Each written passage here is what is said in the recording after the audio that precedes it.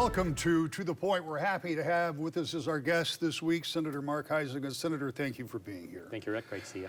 One of the reasons I wanted you to come in, and I just was talking beforehand, I haven't been in session very much this year because it, at least as an observer, seems much different than it was 12 months ago. 12 months ago, there was a frenzy of activity as Democrats took over control for the first time in 40 years. They had agenda items that frankly nobody should have been surprised by. They've been talking about them for a long time. And they were quite successful in getting the things done that they set out to do. And it happened in short order. Remember those first 100 days were, must have been for you a flurry of activity, because from where I saw it, it was just, nonstop.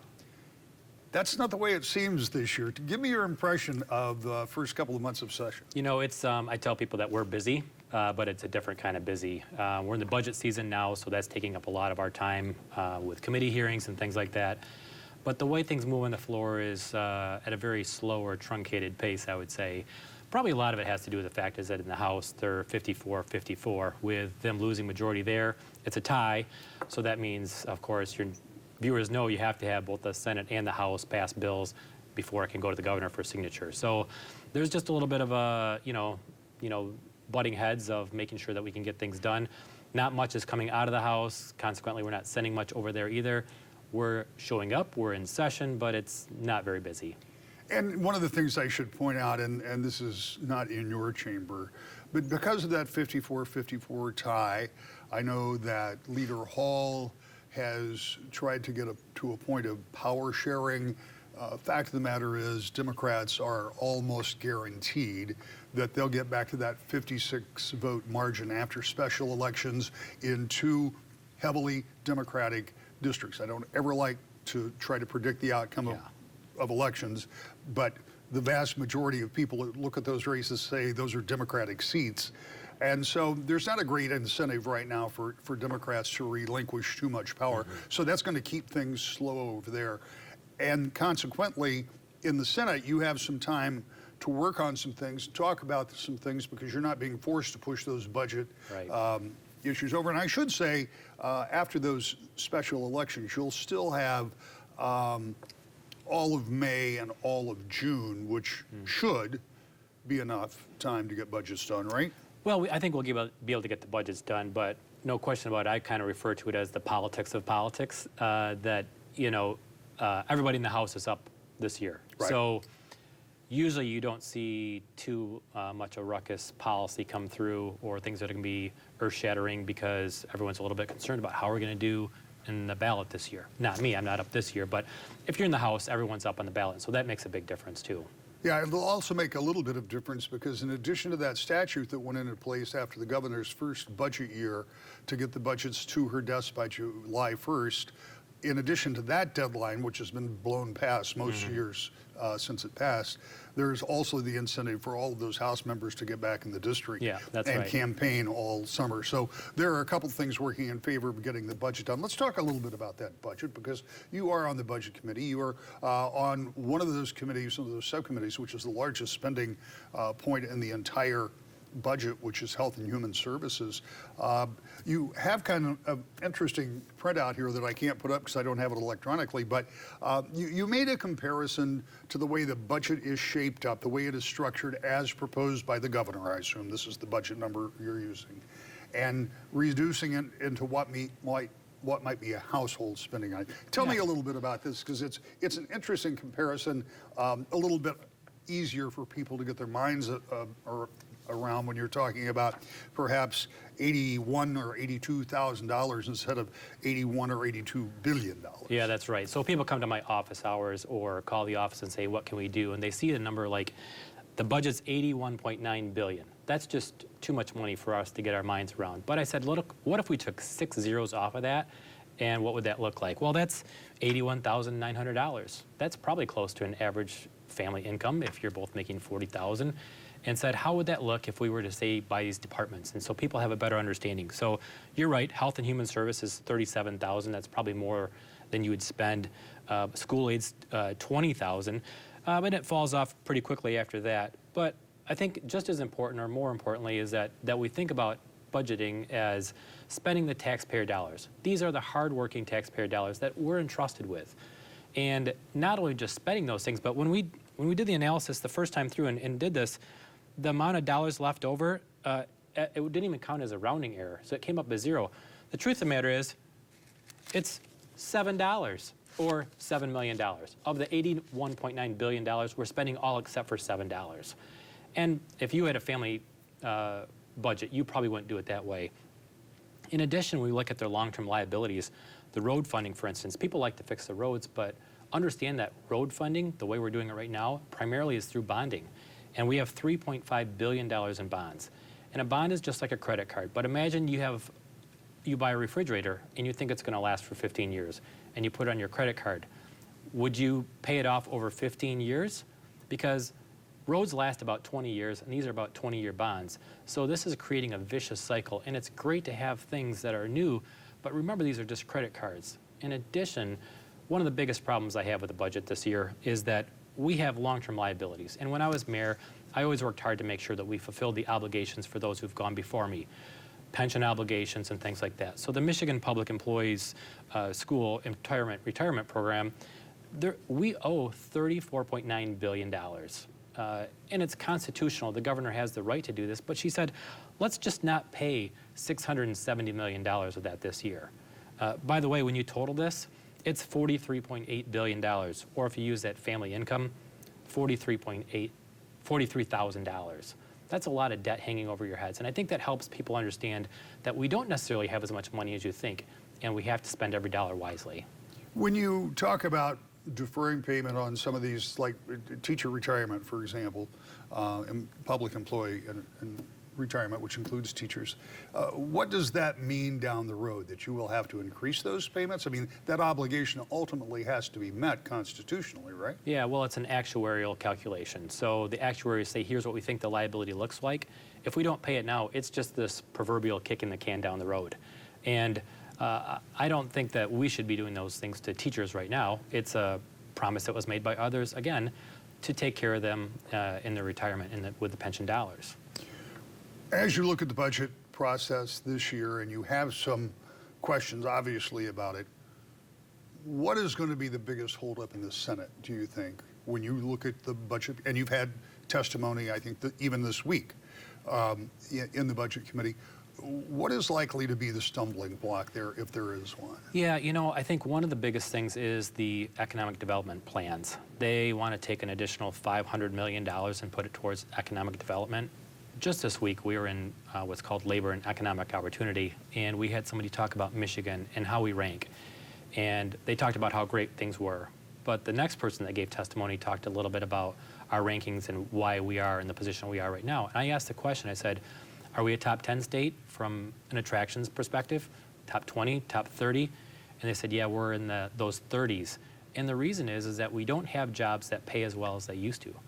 And the reality is that we should work on garnering jobs that are high-tech, that pay high wages, that are going to result in generational wealth, that will continue this flywheel. Other states like Tennessee, North Carolina, Texas, they're eating our lunch. People and businesses are moving there. And when we hear positive messages from people that give testimony, that's great, but we should be honest with ourselves and look at the numbers and say, we're not ranking well, we're not doing well. So $500 million is probably going to be something that I've heard both Democrats and Republicans challenge departments on.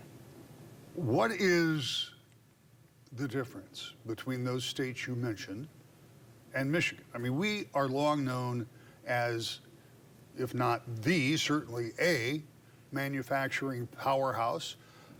We do, development. We do all of the, the R&D stuff. I mean, from my perspective, as you look at it, Michigan should be that place. So why are places like Tennessee and Indiana and places like that, why are they doing better in attracting the kind of jobs you just described? Yeah, and you are 100% right. We have great institutions in the state. Places like the University of Michigan, Michigan State, and Wayne State are all considered what they say R1 state institutions. Their research makes them top tier in the country. And we have to retain the people that come out of those facilities, the students that come out of there as engineers, and make sure that they want to stay here. Make sure that it's a place that they want to stay with lower taxes and policies that embrace what's important to them. Other states, frankly, they're a little bit younger in the sense that they have newer facilities, newer roads. It's also a climate thing where people like to be a little bit warmer, of course. But we have to make sure that we are attractive. And the other thing is that a lot of people come from outstate to come to Michigan State or Michigan or those institutions. I think Grand Valley, for instance, does a great job here. I was talking with the president a couple months ago, and she talked about the number of students that are retained here in West Michigan. Well, it's no secret. We're the fastest growing metropolitan area in the state right now. But all these things work together. It has to be a synergy of downtown, placemaking, education, accoutrements, things like concerts and venues and things like that. It's all these things that work together. But it does face our challenges, especially when you look at Detroit, where we lost a lot of auto plants. Some of the ideas of just adding new plants, they really haven't worked that well. The idea of the Marshall plant last year, it's my understanding that they really aren't building that yet. We can't necessarily buy our way out of these programs. The programs at Blue Oval, for instance, paid something like over $500,000 that went towards a job that was going to pay $55,000. That's not a great return on investment for the state of Michigan. We should work on research, pharmaceutical corporations that want to be here, help them with innovation. We've had great places like Park Davis, great institutions like one of the largest pharmaceutical manufacturing plants in the world right here, Pfizer. Those are the kind of things, the sciences and advanced technology, software, and those kind of things actually would make us more attractive. When we come back, I want to talk about some legislation that you have introduced, and it impacts every single person that will watch this show, even if they don't understand it will. But before we get there, when we come back, I want to have one more conversation about roads. And part of it has to do with a point of personal preference, because I'm going to be speaking to a group this coming month about what's going to happen with road funding. And I want to talk to you about that. We'll do all of that when we come back with Senator Mark Huizenga in just a moment. To the Point. Welcome back to the Point. Our guest this week is Senator Mark Huizenga. And Senator, we were talking a little earlier about road funding. You were talking about the fact a lot of money is being borrowed and it's going to have to be paid back, and then it becomes kind of that perpetual cycle. There is another facet of road funding, and that is a recent report that talked about getting those secondary roads, not the trunk roads, not the federal roads, but it's getting all the roads that you and I drive on every day. Well, we both use 96 in fairness, but it's all the things after you get off the interstate. And I'm going to be talking to the County Roads Association later this month. And one of the big questions is you need, according to one report, $2.5 billion a year just to keep those roads kind of in the condition they're in, which is not always great.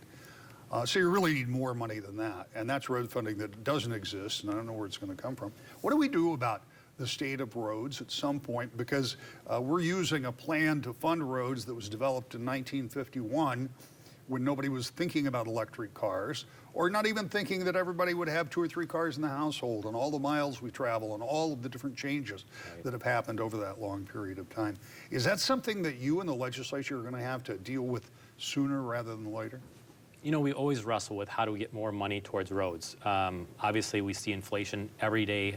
Americans, Michiganders feel the inflation. The same holds true with roads.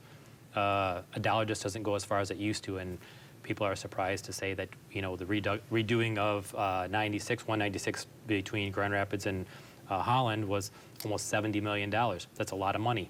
But when they bid it out, it probably was less.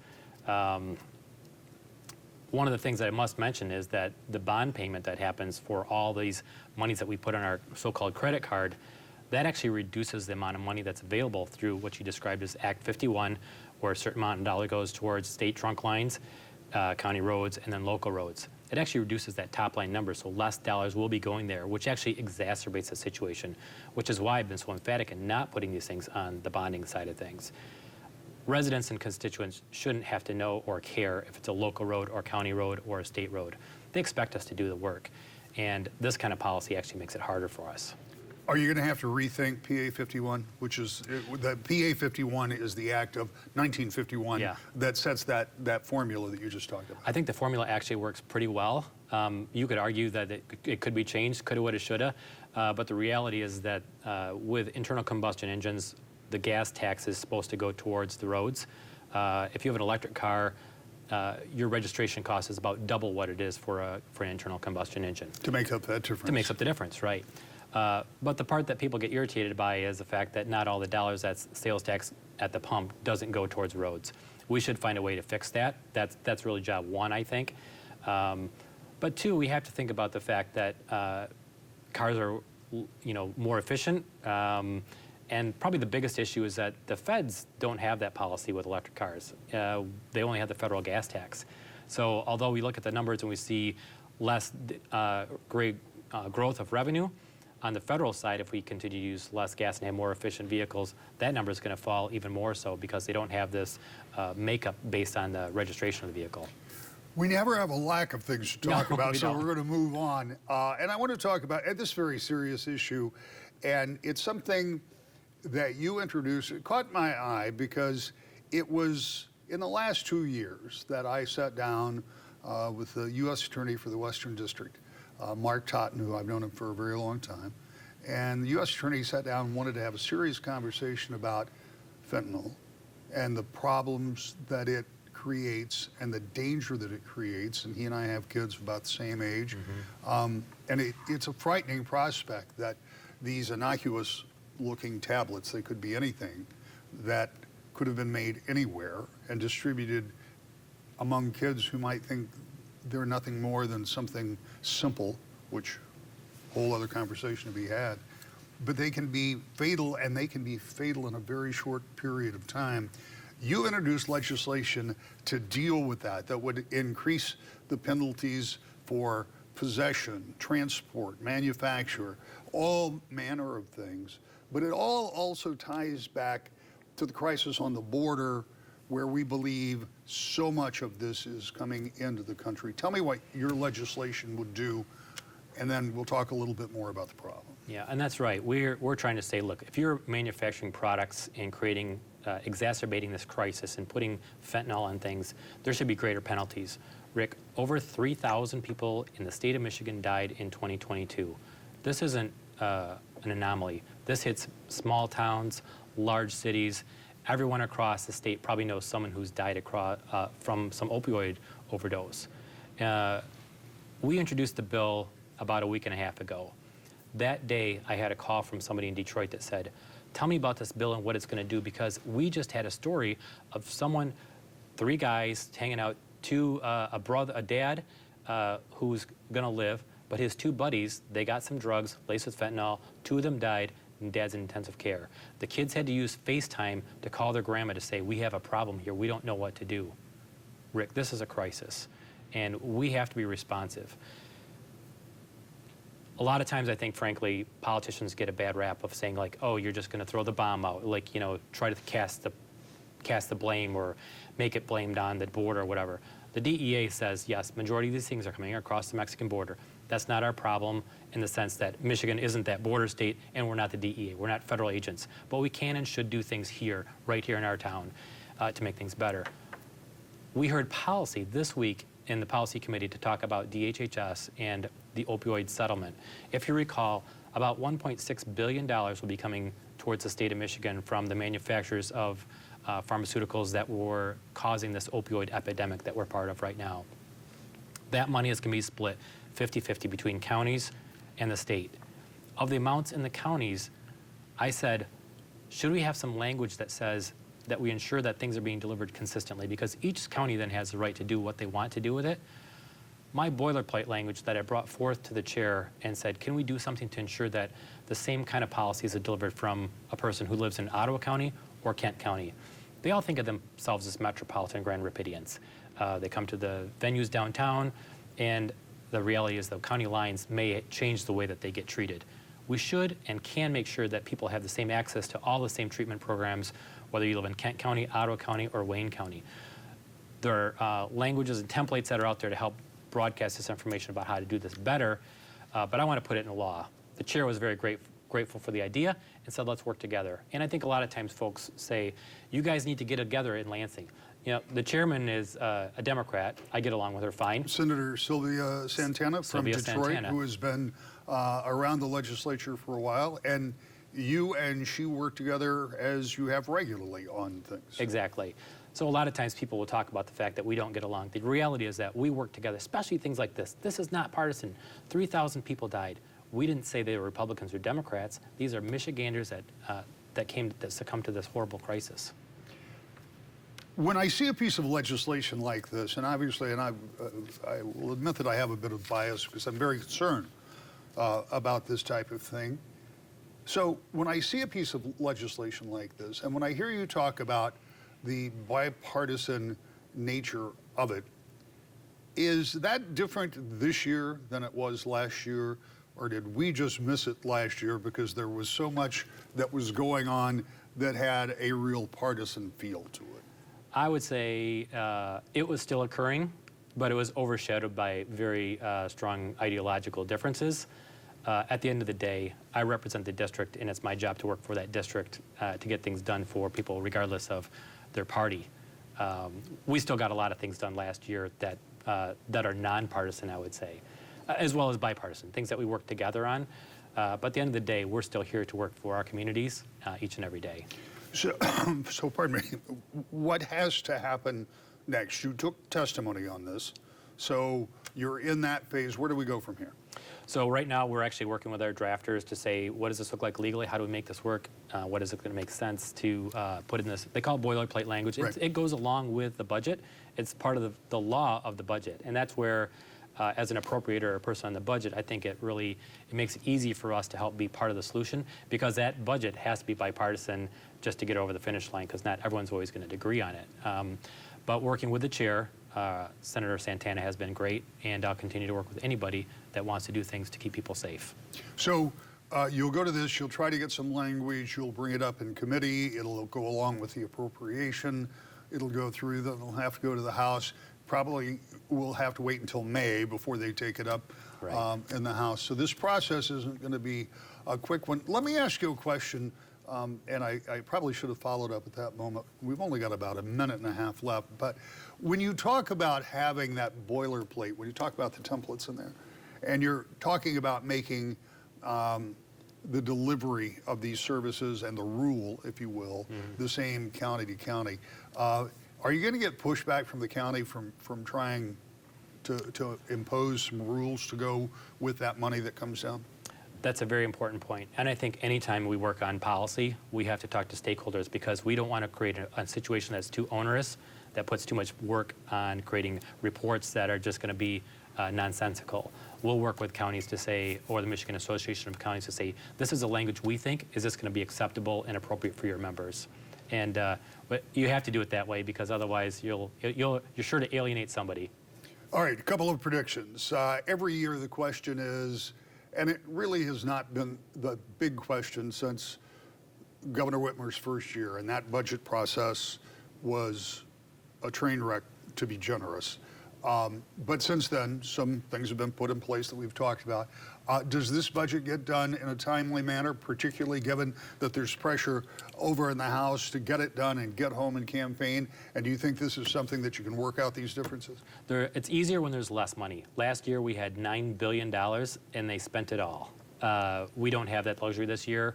People are on the ballot. They're going to want to campaign. I think it's going to be done in time.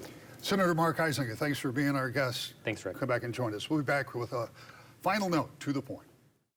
Our thanks to Senator Huizenga for joining us this week. There's a lot going on in Lansing and in Washington. And oh, by the way, there's a presidential election going on. It's going to be a busy year, and I hope you'll join us every week as we talk about it right here. To the point.